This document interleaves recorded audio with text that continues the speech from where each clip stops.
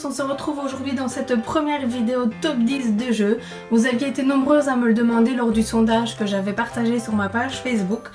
Ça m'a pris un peu de temps pour vous en sortir un premier parce que ça fait moins d'1 an que je travaille, donc j'ai pas encore tous les jeux. Il faut le temps que je les teste, que je me fasse mon propre avis. Et voilà, donc là j'ai réussi à vous sortir 10 jeux vraiment que j'utilise dans mon quotidien. Donc là il n'y a pas de catégorie spécifique. Je vous ferai par exemple des top 10 pour l'attention, des top 10 pour le langage écrit, des top 10 pour les adultes. Tout ça est en préparation, mais j'ai pas encore 10 jeux pour chaque. Voilà, il me faut le temps, c'est tout. Et je vous précise que le classement dans lequel je vais vous présenter le jeu n'a aucune incidence, c'est vraiment au hasard, donc le numéro 1 n'est pas meilleur que le numéro 10. Allez, on y va tout de suite pour les 10 jeux que j'utilise dans mon quotidien. Le premier jeu que je vais vous présenter, c'est évidemment Bouge qui peut. Alors celui-là, je ne pouvais pas ne pas le mettre dans la vidéo. C'est vraiment un jeu que j'adore. Les enfants adorent également, je l'utilise tout le temps, que ce soit pour le langage écrit, le langage oral, la compréhension, enfin peu importe. Je l'adore. Alors les jeux, je vais vous les présenter vraiment très brièvement parce que sinon la vidéo va durer 30 minutes et ça va pas. Brièvement, pour celles qui ne connaissent pas, on a 4 plateaux, des cartes qui vont avec chacun de ces plateaux et des personnages que l'on va devoir placer dessus. Alors nous avons le centre équestre, le château hanté, la fête foraine et la chambre de la sorcière. Donc là très simplement, on prend les cartes, on choisit niveau 1 ou niveau 2, on lit la carte et on place correctement l'objet sur le plateau. On peut également le faire sans les cartes en langage oral et également en langage écrit, on crée nos propres cartes avec le patient. Bref, j'adore ce jeu, il nous vient de chez Orto Édition et comme d'habitude je vous mettrai tous les liens dans la barre d'infos, donc sous la vidéo, comme ça si l'un d'eux vous intéresse, vous aurez plus facile pour le retrouver. Le deuxième jeu nous vient de chez Site Inspire et il s'intitule Planif 713.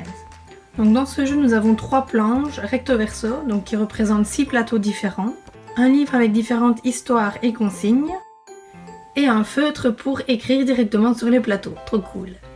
Comme plateau, nous avons l'école, la fête foraine, le complexe sportif, le supermarché, le zoo et la ville. Le patient lit la petite histoire et la liste des différents endroits qu'il va devoir visiter. Une fois tous ces endroits trouvés, donc là moi je leur fais faire une croix avec le feutre sur chaque endroit, ils vont devoir le relier. Donc là évidemment vont entrer en compte les capacités d'organisation, de planification, mais également l'inhibition, l'attention, la concentration, parce que plus on avance dans les niveaux, et plus il y a des choses à faire attention. Il y a des choses qu'on va avoir le droit de faire, et d'autres qu'on n'a pas le droit de faire justement.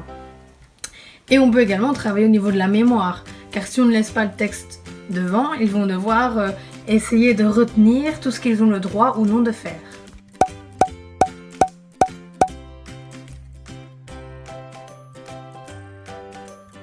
Voilà pour ce jeu qui nous vient de chez Site Inspire et encore une fois, un jeu avec lequel on peut travailler plein de choses. Comme troisième matériel, je vous présente évidemment le kit d'articulation de chez Site Inspire avec sa superbe marionnette. Je ne vous en dirai pas plus puisque je vous avais déjà fait une vidéo exclusivement pour le matériel. Donc je vous mets le lien juste dans le bas de la vidéo pour celles qui sont intéressées et qui ne l'auraient pas vu. Pour le quatrième jeu, voici la princesse ou le chevalier de chez Orto Édition.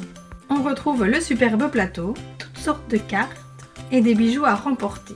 Alors finir les phrases, construire une phrase à partir de 2 ou 3 mots, des devinettes, qui fait quoi, compléter la série et donner la catégorie, compléter les phrases et citer 3 oiseaux par exemple. Le petit plus dans ce jeu sont les personnages en 3D et c'est une première. Le but du jeu est d'arriver le premier au donjon pour libérer la princesse ou le prince. On laisse évidemment le choix à l'enfant du personnage. Et donc le gagnant est soit le premier qui y arrive, ou alors celui qui a récolté le plus de bijoux. Voilà pour ce jeu de chez Orto Édition qui peut être utilisé avec les plus petits en langage oral, comme avec des plus grands en langage écrit, et même avec des adultes en utilisant uniquement les cartes, voire même le plateau, qui sait. Je ne pouvais vous faire un top 10 sans le nouveau livre de chez Site Inspire avec les histoires mystérieuses, un livre rempli d'histoires vraies ou de légendes qui fascinent les plus petits comme les plus grands. Si vous ne savez plus quoi faire avec vos ados, eh bien j'ai la solution. Nous retrouvons ensuite Mémo de chez Orto Édition qui va nous permettre de travailler le vocabulaire mais également les troubles articulatoires car vous allez voir, chaque planche est vraiment basée sur un phonème et donc un trouble articulatoire précis que l'on va pouvoir travailler avec nos patients. Voilà comment se présente le jeu, donc chaque patient a face à lui la même planche que son adversaire. que l'on aura choisi préalablement en fonction du phonème que l'on va travailler. Donc ici ce sont des images qui vont travailler le D. Il y a différents jeux à réaliser avec ce matériel. Donc pour le jeu principal, chaque joueur va dénommer une image. Par exemple, je vais donner dragon. Je pose un jeton aimanté dessus. L'autre joueur fait la même chose que moi, donc il donne une autre image, place un jeton dessus, et ainsi de suite jusqu'à ce que l'un de nous deux se trompe et donne une image déjà dénommée par l'autre personne. Alors vous verrez dans la boîte, il y a d'autres aménagements possibles à faire avec le jeu. Moi je l'utilise de la manière suivante. Donc on va choisir par exemple 5 jetons, et ensuite on va les dénommer à l'autre personne pour qu'elle puisse retrouver donc ces 5 images. Une fois qu'elle a placé les 5 jetons, on vérifie que moi j'ai correctement dénommé les images pour que la personne en face puisse les retrouver. Les enfants aiment vraiment beaucoup, moi également, j'aime beaucoup l'utiliser. Le seul petit bémol c'est le prix par rapport à la taille de la boîte. Je m'attendais à avoir une grande boîte et en fait c'est une toute petite boîte et qui coûte assez cher. On poursuit avec du matériel spécifiquement conçu pour travailler la mémoire, donc les Mémobservation 1 et son petit frère Mémobservation 2. Ils se présentent tous les deux sous forme d'un chevalet avec un côté patient et un côté thérapeute, ce qui va permettre de faciliter finalement le travail. Voici un exemple, donc le patient va observer cette scène pendant un temps que vous allez déterminer et ensuite il aura différentes questions qu'il va devoir répondre en fonction de ce qu'il a mémorisé sur la scène et comme ça on va pouvoir voir de quoi il se souvient. De l'autre côté du chevalet, vous avez également ces questions, mais avec la scène pour pouvoir vous aider et également indicer votre patient au mieux. Par exemple, lui dire souvenez-vous, c'était près de l'évier, près du chien, etc.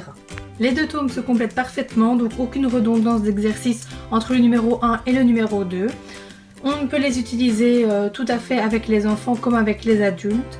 Le numéro 1 est un peu plus simple au niveau des exercices et donc plus facile à utiliser avec les enfants, alors que je trouve que le numéro 2 sont des exercices déjà un peu plus complexes, donc que l'on va principalement utiliser avec des adolescents et des adultes, mais également avec des enfants, avec peut-être petites adaptations et puis tout dépend également de leur capacité. On se retrouve ensuite avec Ruelle en folie de chez Ortho Édition qui va nous permettre de travailler les confusions sourdes sonores en lecture mais également de façon auditive. Dans la boîte, nous avons 6 plateaux avec 2 niveaux différents. Donc le niveau 1, ça va être des non-mots avec 2 syllabes et le niveau 2 avec 3 syllabes. On va pouvoir travailler au niveau du che, je, te, de, que, ge, fe, ve, pe, be et be, de. Le but du jeu est de livrer le plus de pizzas possible à l'adresse donnée. Donc pour ça, on va prendre une carte adresse pour connaître la destination, donc ici qui est le dentiste. Alors là, soit 2 possibilités. Soit l'enfant va lire lui-même les non-mots et tenter d'arriver jusqu'à la destination sans se tromper. Moi je leur laisse souvent 1, 2 ou 3 chances en fonction du niveau auquel on est. Ou alors on pioche une carte adresse que l'on cache et c'est nous qui allons lire à l'enfant les non-mots et donc lui il va devoir les lire et les suivre. Mais alors évidemment ce qu'il y a de bien, c'est que on commence donc toujours au centre du plateau et soit on va partir à droite, soit on va partir à gauche. Mais alors les deux non-mots sont déjà presque identiques. On a te do et de to. Donc déjà là, l'enfant peut prendre la mauvaise orientation et à la fin, une fois qu'il est arrivé à l'adresse qu'il pense, on vérifie s'il est arrivé correctement ou non au bon endroit. Le travail avec des non-mots est apparemment critiqué maintenant. Moi ça me dérange pas du tout, j'aime vraiment bien ce jeu, il plaît super bien aux enfants, pour moi c'est le principal et on travaille super bien tant en lecture qu'au niveau du langage oral pour les enfants qui ont du mal à différencier ou à prononcer les sourdes sonores. Le dernier jeu que je vous présente aujourd'hui s'intitule Au risque du lire et nous vient également de chez Ortho Édition. Le côté ludique de ce jeu c'est qu'on va vraiment lire dans des conditions extrêmes. Nous avons un plateau, des planches loto avec différents ingrédients et produits que l'on va devoir acheter tout au long de la partie, les cartes objets. Donc chacune de ces cartes a vraiment une particularité, c'est des cartes que l'enfant va devoir lire mais vous allez voir, pas sans difficulté. Comme vous pouvez le voir, tout est écrit à l'envers et donc pour pouvoir lire la carte, on va avoir besoin d'un miroir. Qui achète 10 € pour soigner ton rire ?